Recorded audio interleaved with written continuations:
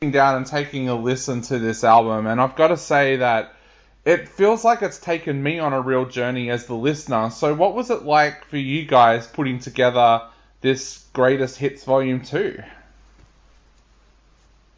Oh man, it's been a pleasure doing this. This process has been really fun for us.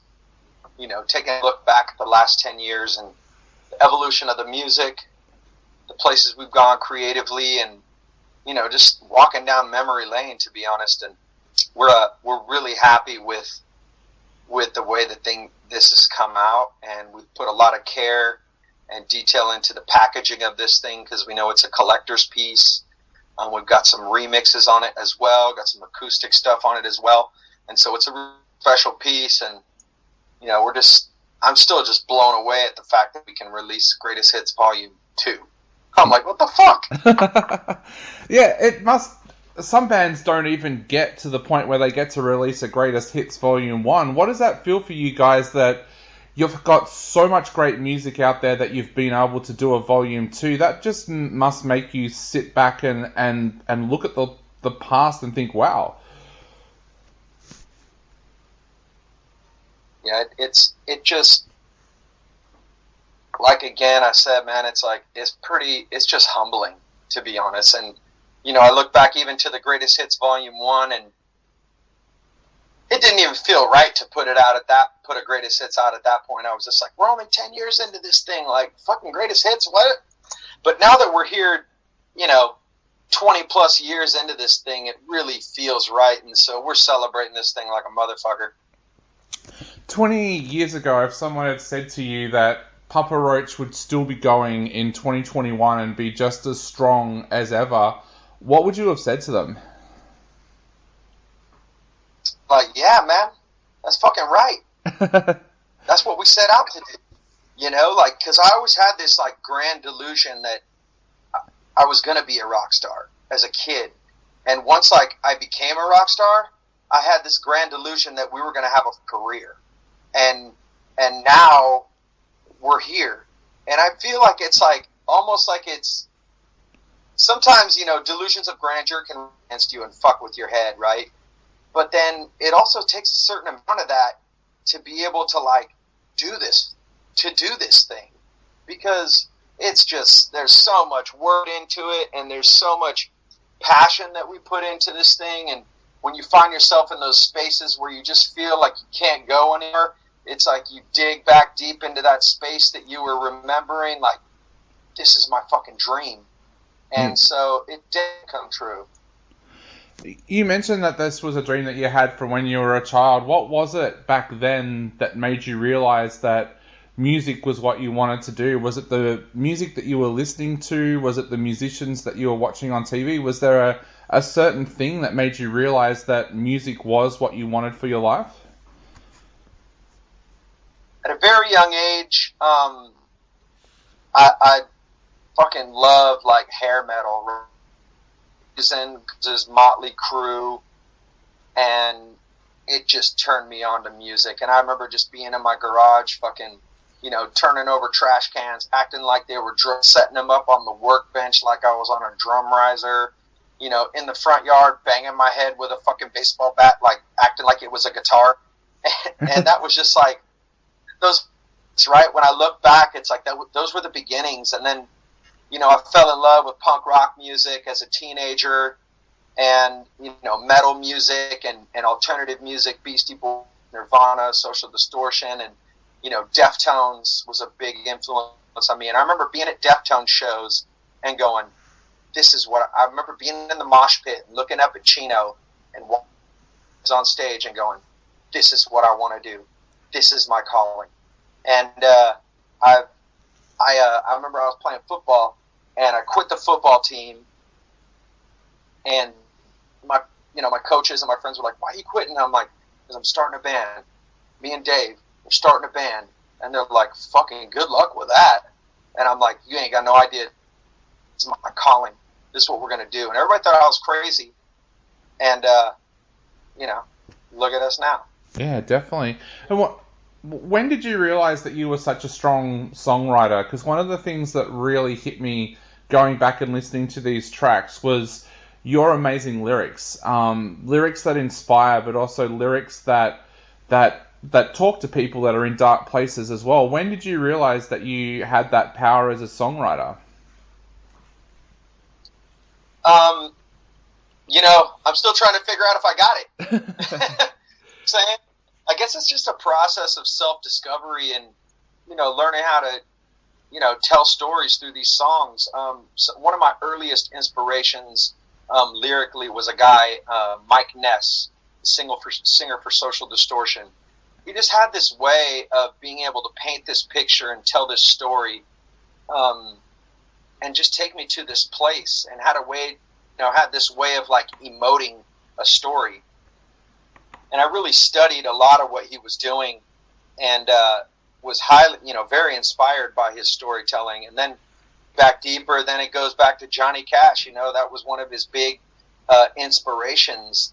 And so I studied Johnny Cash about how the way that he would tell a story. And then I would study the Wu-Tang Clan and how they would tell stories through their raps. And Tupac, how he would tell stories about life through his raps. And those were some of the early influence really like help, kind of point me in a direction of storytelling. And once I kind of sharpened my skills through, studying those guys, I started to apply it to our songs and really dig deep into,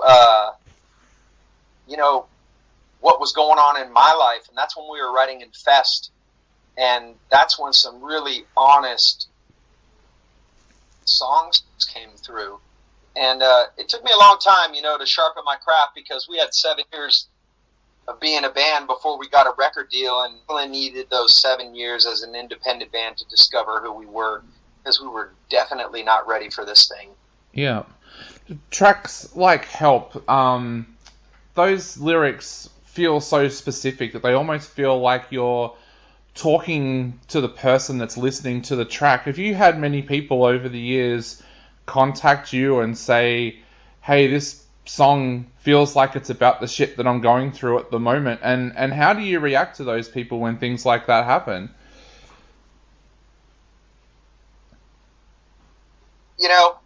I've been out on the road for a long time, and ever since we dropped Infest and Last Resort, our single, came out, and Broken Home, our single, came out, it was like we spoke to it. We spoke to a generation. We spoke to a generation of kids that maybe had personal struggles, or they had people in their lives that they loved that were going through some really heavy stuff, and identified with the brutal honesty that we were coming with in our songs and in the lyrics. And multiple times over, people have come to us and told us that our music had saved their lives, and I was just like, huh? Like, it's not what we set out to do, right?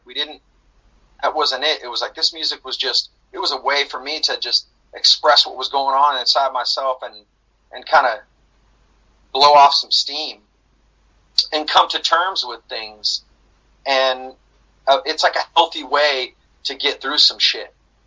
And it blows me away the amount of people that have identified on such a deep level with so much of our music. And, it really gives me hope, man, that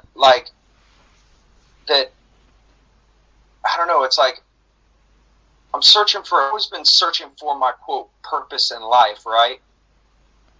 And I'm continuously reminded by the people that feel our music that through this music I am living my purpose, because this music is helping people. And that's like, man, purpose-driven music, that's fucking awesome. Yeah, definitely. Oh, mate, like, even listening to your lyrics during the lockdown, because I know for us here in Australia, we had an 8-month lockdown last year, and I know some of your tracks got me through some pretty dark times myself, so, yeah, thank you for that, and...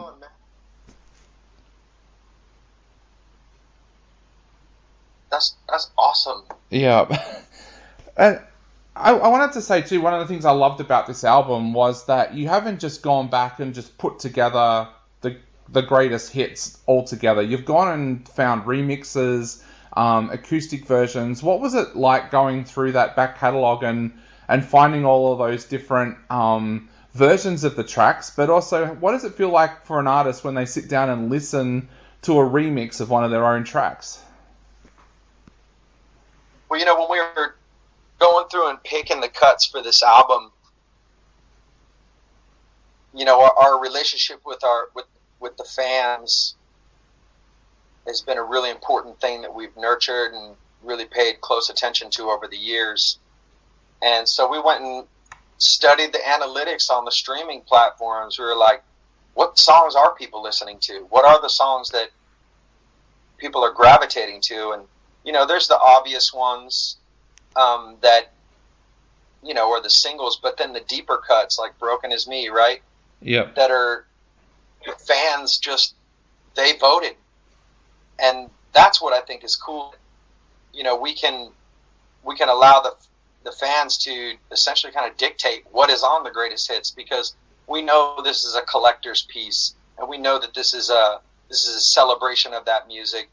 And then, you know, when it comes to the remixes, you know, we sent our stuff out to a bunch of different people, and you know, our friends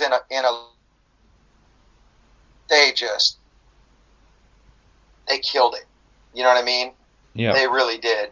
With Elevate, Help, Top of the World, and then Can't Make on Born for Greatness. Like, it's just, they hit the mark. And it's so cool when you send off these stems to these creators to see what their interpretation or how they would come with it. And they really just, it's like we heard these and we're like, oh fuck, these rip. Like, this is great. And I love that, you know, music, we're in a place where it's like rock bands are collaborating with DJs. You know, rock bands are collaborating with hip-hop artists. Rock bands are collaborating with other rock bands. And I really feel that to blast this thing off into the future, it's important to engage in other platforms. And that's something that we will continue to do. And, you know, I have definitely, you know, I've done like 4 different features. One with a DJ from Germany that's coming out. Or actually, I did 2. I did 2 tracks with 2 different DJs that are coming out later this year. And then I went and jumped on a couple other bands' tracks on their music. And so I'm trying to collaborate as much as possible. Yep. Yeah. And talking of collaborating, you've got Danny there as well on Broken As Me. Did that come about because you guys were touring together?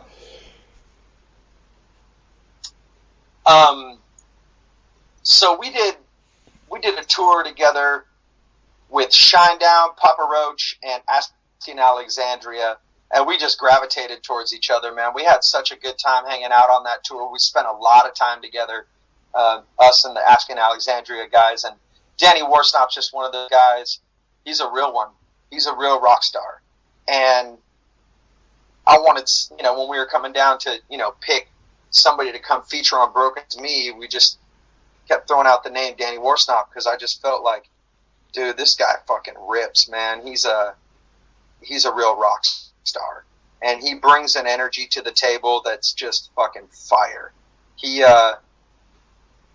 just got this incredibly amazing rock voice, and it's cool. We'd be sitting backstage, and he'd be some of his solo stuff, and he's just so versatile and dynamic, and just such an inspiring individual.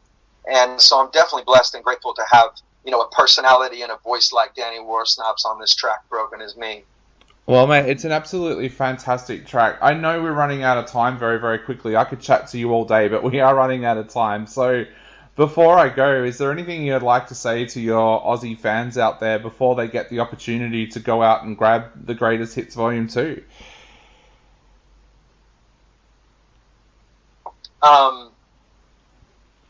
You know, we love and adore our Aussie fans.